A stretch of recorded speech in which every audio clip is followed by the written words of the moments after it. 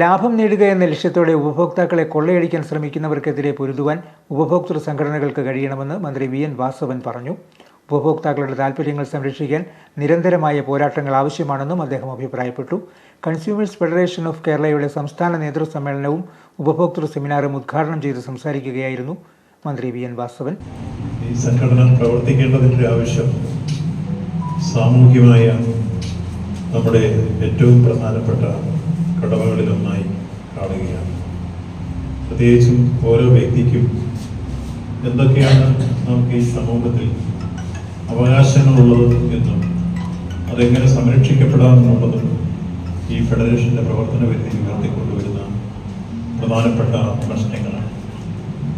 നമ്മുടെ ഏതൊരു രംഗത്തും നമുക്ക് അവകാശപ്പെട്ടത് നിഷേധിച്ചു, അതോടൊപ്പം തന്നെ ആ നിഷേധത്തിലൂടെ വലിയ രൂപത്തിലുള്ള കൊള്ളകൾ നടക്കുകയും ചെയ്യുന്നൊരു കാലഘട്ടമാണ് നമ്മുടെ കാലഘട്ടം എന്ന് നമുക്കറിയാം.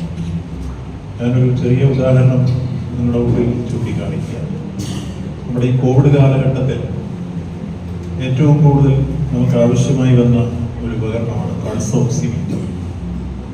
ആ പൾസ് ഓക്സിമീറ്റർ മെഡിക്കൽ ഷോപ്പുകളിൽ സ്വകാര്യ വ്യക്തികൾ വിൽക്കുന്നത് 3000 രൂപയ്ക്ക്. അംഗത്വ വിതരണവും ഐഡന്റിറ്റി കാർഡിന്റെ വിതരണവും മന്ത്രി നിർവഹിച്ചു.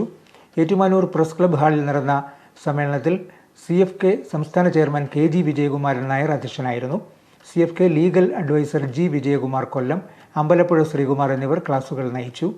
സംസ്ഥാന വർക്കിംഗ് ചെയർമാൻ സക്കറിയ സേവ്യർ ആമുഖ പ്രഭാഷണം നടത്തി.